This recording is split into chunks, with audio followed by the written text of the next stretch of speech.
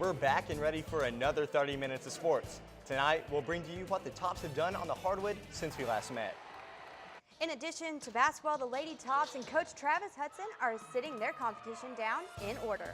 We'll take a look at what the Lady Tops have ahead of them. Sports are in full swing on the Hill. After a bye week, the football Tops have 2 games to go. Lexi and I take a look at who's next on the top schedule and what has to happen in order for them to play in the CUSA Championship. Sweet. All the action from around Warren County and your WKU Hilltoppers. This is the Extra Point.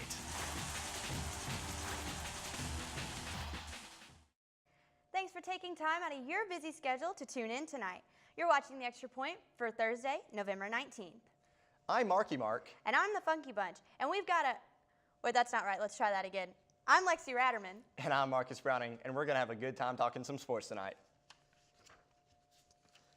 The boys on the hardwood traveled to Nash Vegas last night in hopes of starting their season 2-0 for the first time since 2011. To make a long story short, despite their efforts, the Belmont Bruins said, "No, Big Red, you've got to wait at least one more year to gain that stat." The Tops held a 6-point lead towards the end of the first, but the Bruins rallied late to go on a 20-5 run to close out the first half of play. Despite the run, WKU was able to climb their way back in the second after trailing by 13 at one point. But the Bruins wouldn't be denied as the Blue and Red extended their home court to 68-4 since February of 2010, capturing the victory 90-85.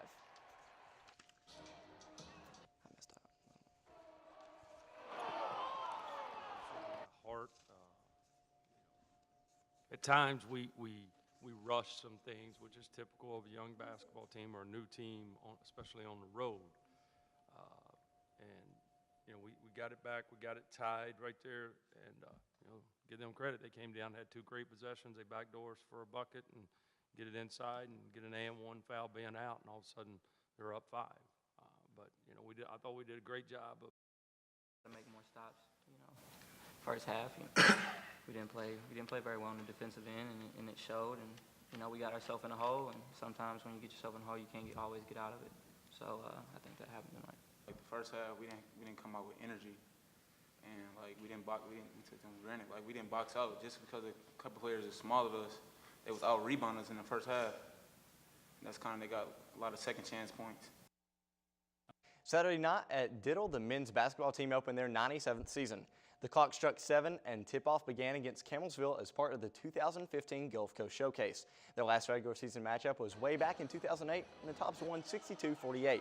WKU leads the all-time series 4-0 against the Tigers at that point. Turning that 4 into a 5, the Tops placed a 97-77 win under their belt. Coach Harper was proud of his squad after capturing the dub.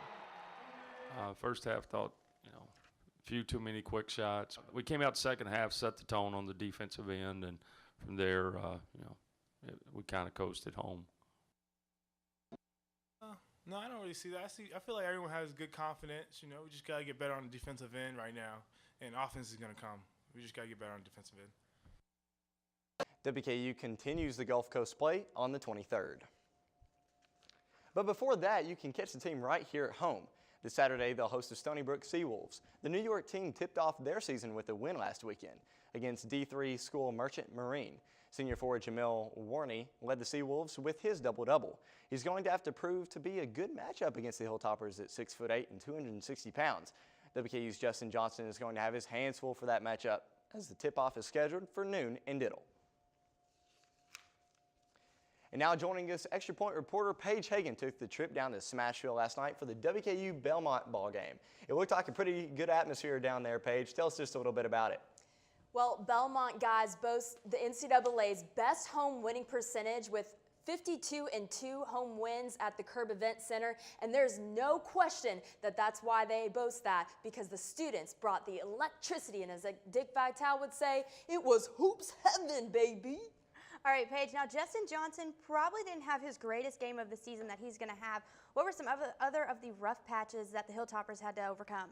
Lexi, there was a few rough patches. Let's talk about it. Belmont scored the first 4 points in the opening first half and fed off the Energy's electricity, and WKU contradicted those emotions. They struggled boxing out and contesting the outside shots, and BU had 8 steals as opposed to WKU's 4. Now, Belmont is a veteran team known for passing, and they had 21 assists as opposed to WKU's 11. Lexi? So what were some of the better parts of the game last night for the Hilltoppers? Now, passion really showed this through this WKU team. They really want to play well together, and you could tell that they were very frazzled with this Belmont team. They all 10 guys that saw the Hilltopper court managed to score a point, and that was a really great statistic. And WKU outshot BU from the field 47.7% as opposed to Belmont's 47.5%, and behind the arc 41.7% versus Belmont's 47.5%. Now, this was the best statistic that I thought was of this entire game. WKU out-rebounded the Bruins 42-35. One of the main dogs, Paige, on this Hilltopper team so far this season has been Frederick Edmond. It seemed like he had a pretty good game last night. Tell us just a little bit about him. Well, this JUCO transfer is outstanding. He notched his first double-double in his WKU career with 16 points and 10 rebounds. He certainly is going to make an impact in the paint and has been doing so. He's the players to watch for this season. Now, Paige, thanks so much for joining us, but we're going to switch gears a little bit from men's basketball over to women's basketball. The WKU women's basketball team opens its season on the road tonight as the Lady Tops travel to travel to Indiana to take on the Ball State Cardinals. This is the 5th meeting between the two teams, with each team splitting 2 games apiece. The Lady Toppers have a perfect 3-0 mark in the season opener since Michelle Clark-Hurd took over the program in 2012. The Cardinals, however, lost their season opener at Charlotte by a final score of 72-66 last Friday. The game starts at 6, and fans can listen to the matchup on Hilltopper IMG Sports Network on 102.7 FM. And moving from one Cardinal squad to another, the Lady Tops play host to in-state rival Louisville in their home opener. The teams meet for 3rd consecutive season, with Louisville winning the last 2. Last season, the Cardinals got the better of WKU with an 89-67 victory in Louisville. Louisville's Jeff Walls and his team look to continue something similar to that this go-around, as Louisville returns their 2 best players who just happen to be All-Americans, those being sophomores Mariah Moore and Maisha Hines-Allen. Tip-off is set at 2:30 in Diddle Arena, and fans can watch the game on Fox College Sports. And the Lady Tops are back in action for the first game of the Great Alaskan Shootout on Tuesday. The Lady Tops take on George Mason at 9 p.m. in the Alaskan Airlines Center. The Patriots are 3-0 on this young season. The Green and Yellow have defeated Towson while suffering defeats to Radford and Virginia Tech. The Patriots are led by senior Christy Mokaby, who averages 14 points a game. If the Lady Tops win, they play either Pepperdine or the host team, Alaska Anchorage, on Wednesday in the championship game. And the ladies are just underway in their season, but let's backtrack a little. Before the season even started, they received 6 votes in the preseason AP poll and were ranked number 34 nationally. This is the 2nd time in a row the squad racked up votes in the preseason rankings. And better yet, they're the only CUSA team to get any votes at all in the poll. Coach Hurd can now put that honor right next to the rest of her awards. All right, Lexi, it's time to honor our hero on the hill for this week. I'll give you a little hint. A hero is a man, but he doesn't play any sports. He coaches. I'm definitely lost on that one. Okay. For the first time this semester, we are honoring Coach Travis Hudson. Coach Hudson led his volleyball crew to an overall 28-3 record and a 15-1 record in conference play, but his reign isn't over yet this season. He's about to lead the ladies through the CUSA tournament, and we have nothing but faith in him. As if his season isn't going great enough already, Conference USA just named Hudson the league's Coach of the Year. So congratulations, Coach Hudson. You can definitely add the extra point hero on the hill to the top of your resume, because to us, that's the best honor you can get. And now, coming up on the rest of the show, of course we'll give you your dosage of football. And right after the break, we'll talk about Hudson's squad on the court. There are 16 million children struggling with hunger in America. That's 1 in 5 daughters, sons, neighbors, and classmates who don't know where their next meal is coming from. Yet billions of pounds of good food go to waste every year. It's time we do something about it. Feeding America is a nationwide network of food banks that helps provide meals to millions of kids and families in need. Visit feedingamerica.org to help them feed even more. Together, we can solve hunger. Together, we're feeding America.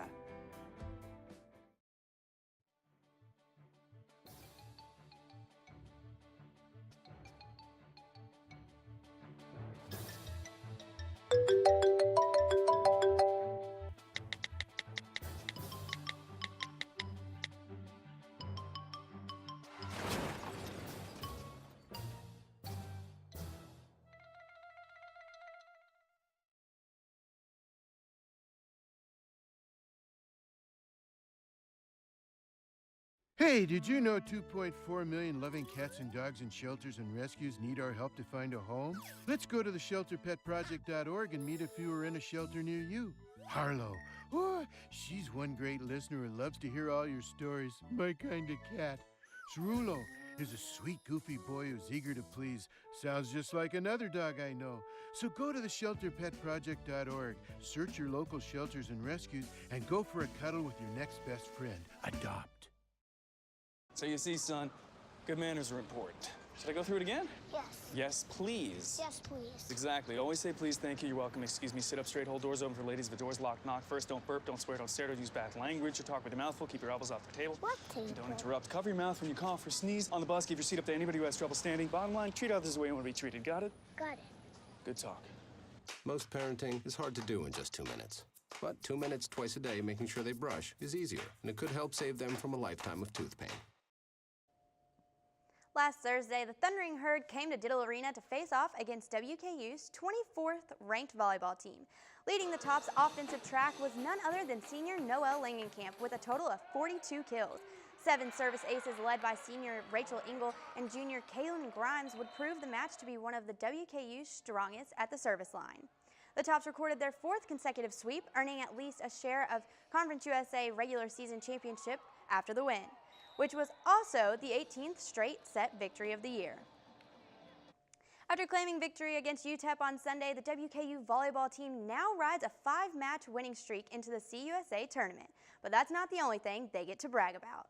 By taking home that straight set dub, the Tops captured the program's first outright CUSA regular season championship. Noelle Langenkamp led the Lady Tops with a match high of 13 kills, and Alyssa Kavanaugh earned herself a career high, reaching a .750 hitting percentage with 12 kills. Jessica Lucas finished the match with a personal best of 33 assists and 9 digs. The senior trio of Langenkamp, Bodway, and Engel ended their home career with an impeccable 52-3 record at Diddle Arena. After Hudson's ladies' strong performance last Thursday against Marshall, the team was guaranteed a share in the championship tourney and will be taking on, guess who? The Thundering Herd in the CUSA championship game. If the ladies win, they can play a handful of teams. The only team to beat the Tops in conference play this season were the Rice Owls, who play the game ahead of WKU this Friday. There are 3 certainties in life: death, taxes, and WKU volleyball winning championships. Reporter Paige Hagan talks with the team's 3 seniors about their emotions heading into the final stretch. This is the last weekend at home, and I feel like there's good energy in our locker room. We are one of the elite offensive teams in the country. We are year in, year out. We are 8th in college volleyball in team hitting percentage right now, which is remarkable. Remarkable. Together, with kills after kills. And blocks after blocks. Together, 3 seniors helped put this team on the national radar.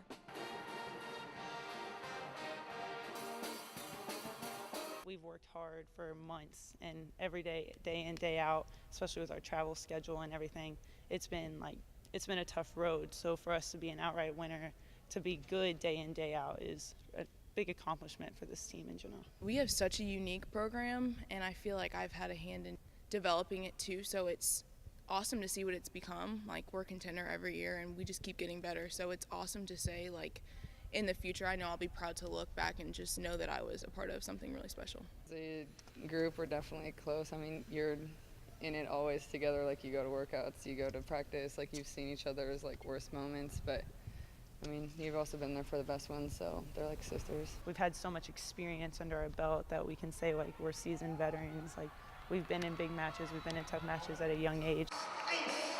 Oh, this is tough with this group. These are 3 kids that have been starters since the day they walked on the hill. All 3 of them have been 4-year starters, and 2 of them are 1,000-kill kids, and they're all great kids, and they're all very different. And so their journey has been very different, but to see them playing well down the stretch in their senior year is really special. But the journey together is yet to end. For The Extra Point, I'm Paige Hagan. They're just getting started. If their opponents wanted a soft serve, they should have gone to Dairy Queen. We'll see how they do in San Antonio. Speaking of San Antonio, the Lady Tops are traveling to UTSA in San Antonio for tomorrow's Conference USA tournament. WKU takes on the Herd once more for their first round of play. After sweeping Marshall last week 25-7 in the first set, 25-13 in the second, and then 25-21 in the last set, it without a doubt looks like the ladies will be moving on to Saturday's semifinals. Not to mention the Tops are the top overall seed in tournament play, and Marshall ranks, well, dead last. You can watch the game online at conferenceusa.com. Not only does the WKU volleyball team like to win, but they like to take home awards as well, even Coach Hudson. Setter Jessica Lucas, Rachel Engel, and head coach Travis Hudson earned themselves a few Conference USA honors. As a 3-time CUSA Setter of the Week honoree, Lucas was honored with her first Setter of the Year award and finished the second in the conference in both assists per set and total assist. Anderson, the number 5 player on the team, was picked for Freshman of the Year with an impressive 111 kills along with 43 total blocks, along with Freshman of the Week back in September. Hudson earned himself the league's Coach of the Year award for the 6th time in his career. He also hit his 500th career win earlier this season, now holding a record of 525 to 195 in his 21-year career here on the Hill.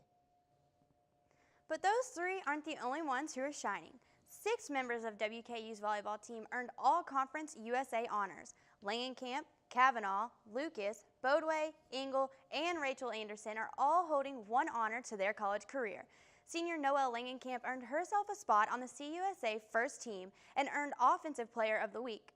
She made her 1,000th career kill during the victory over Southern Miss earlier this season. Sophomores Kavanaugh and Lucas took spots on their first team as well. Kavanaugh leads with total kills and kills per set for the Tops. She has 175 total kills under her belt. Lucas, the number 2 player, holds many outstanding performances like her career high of 56 assists against North Texas.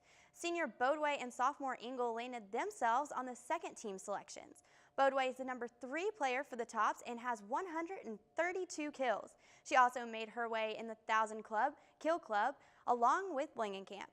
This is Engel's first career all-conference honor as she ranks 4th on the team with 121 total kills. And rookie Anderson made room for herself on the all-freshman team as well. Defensively, the rookie put down 81 total blocks and 55 digs. She took home Freshman of the Week late September as well. Congrats to all of you ladies. And coming up, Bowling Green High School's battle it out on the field for playoffs. And later, we'll have a preview for the WKU FIU game.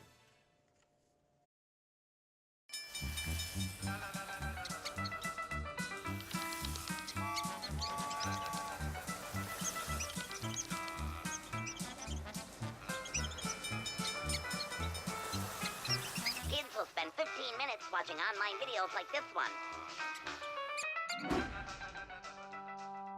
Brushing for 2 minutes now can save your child from severe tooth pain later. 2 minutes, twice a day. They have the time.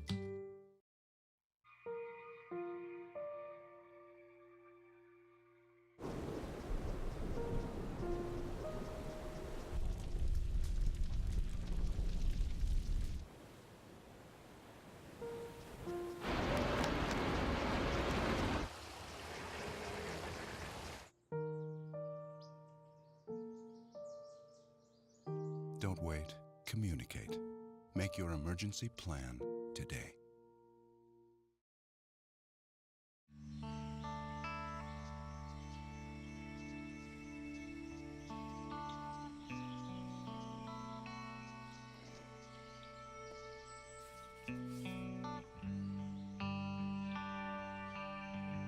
This is the moment I knew. His future had no boundaries. There are some moments only the forest can inspire. Find yours at discovertheforest.org. Can you help me with this? My new dad teaches me all kinds of stuff. Sure. He helps me with homework. That would be 3.6795. Thanks. Yep. He helps me with my decision making. I wouldn't use this one.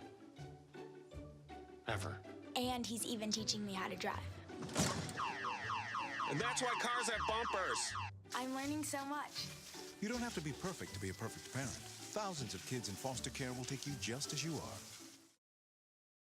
The Hilltoppers take a trip to South Beach this week in their return back to the gridiron. The WKU football team will take on the Florida International Panthers this Saturday in their last road game this season. The Tops are coming off a well-needed bye week in which they were able to get some valuable rest. FIU comes into this game one win away from bowl eligibility with only the Hilltoppers left on their schedule. This game has the makings of a trap game as the Tops come in as the heavy favorite. You can catch this game at 1:30 on the Fox Sports Network. Now this week's game won't matter as much for the Hilltoppers as far as Conference USA standings go. WKU sits atop of the East Division of CUSA with a perfect 8-0 record. Right behind them sit the Marshall Thundering Herd with a 6-1 record heading into Saturday. La Tech and Southern Miss sit tied atop of the East Division standings headed into Saturday as well. Both the Marshall vs. WKU and La Tech vs. Southern Miss games will take place the last week of the regular season. These matchups will determine who will represent each division in the conference championship games. When it comes to playoffs, it's win or go home. For WKU this year, it's host or go home. The impending slugfest between the Hilltoppers and the Thundering Herd is more than just a mere game. If WKU can defeat Marshall for the second year in a row, the Tops will be set to host the Conference USA Championship against either La Tech or Southern Miss. If the Tops fall to the Thundering Herd, then WKU's hopes for a conference title go right out the window. WKU takes on Marshall Black Friday at 4. It seems like every other day, Big 12 is getting placed on a watch list for another award. Now Dowdy has been placed on the Senior Class Awards watch list. Dowdy joins the likes of Mississippi State's Dak Prescott and USC's Cody Kessler as finalists for the award. To be considered for the award, a student must show notable achievements in 4 areas, that being the community, classroom, character, and of course competition. Fans can vote until December 14th. The winner will be announced during the football bowl season in early January. Stay tuned after the break for what we think might be the most emotional jaw dropper we've shown yet. And also, we'll finally find out if South Warren High is still undefeated. They told me a bottle couldn't dream.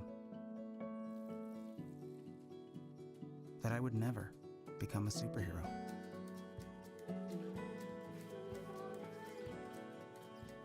But I learned how to fly. Just to come back in a new disguise. And be the hero that I've always wanted to be.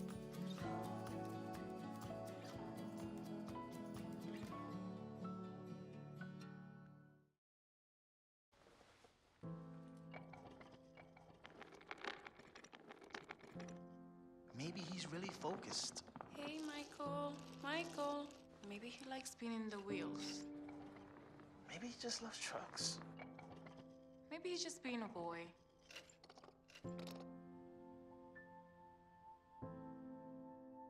Preoccupation with objects is one early sign of autism. Learn the others today. The sooner it's diagnosed, the better. This new dad is picturing a tree house in the sky, but he's ignoring the instructions. Good luck, big guy. His kids know that he's building without a clue. Never been so good with nails and glue. Now we're trapped inside a box. I hope mom knows what to do. Mom! See, you don't have to be perfect to be the perfect parent. Thousands of siblings in foster care will take you just as you are. Now it's that time in the show where we switch gears from college to high school sports. High school football playoffs continue, and South Warren is moving through the bracket. The Black and Silver fought Allen County in their second game of the KHS AA Class 4A playoffs. South Warren got going in the first half, scoring 2 touchdowns in the first half and shut out the Patriots. They kept the heat coming after the half. The South Warren rushing attack got them another pair of TDs in the third and rounded it out with one more in the fourth. South Warren remains undefeated on the year, beating Allen County 34-7. And speaking of undefeated, the Bowling Green Purples advance in the Class 5A playoffs, beating Christian County 41-21. Bowling Green was able to spread the scoring wealth amongst their team with all 6 touchdowns coming from 6 players on both sides of the ball. 3 rushing TDs, 1 through the air, and a punt return ran back for 1 more TD. This was all in the first half, mind you. After the half, things got a bit sketchy. The Bowling Green defense turned a fumble recovery into a TD, but a failed 2-point conversion is what stunted the Purples. The defense let up 2 touchdowns in the fourth, but they were able to hold on for the win. Sadly, it wasn't all good news though. Also in Class 5A, the Greenwood Gators fought the Owensboro Red Devils, but walked away with their season ended. The Gators were competitive going into the half, trailing only by 1 touchdown. But folks, when your defense gives up over 300 yards and 7 touchdowns, well, that's hard for any team to come back from. The Gators ended their season with a loss to the Red Devils, 50-14. For this week's Jaw Dropper, we're getting a little serious. On Tuesday, France and England played an international friendly, which the English won 2-0. Prior to the game, the English and French players joined together in a moment of silence to commemorate those who lost their lives in the November 13th terrorist attacks in Paris. Then, the fans and the players at Wembley united their voices in support to sing the French national anthem. We've seen the message from Wembley. The England fans are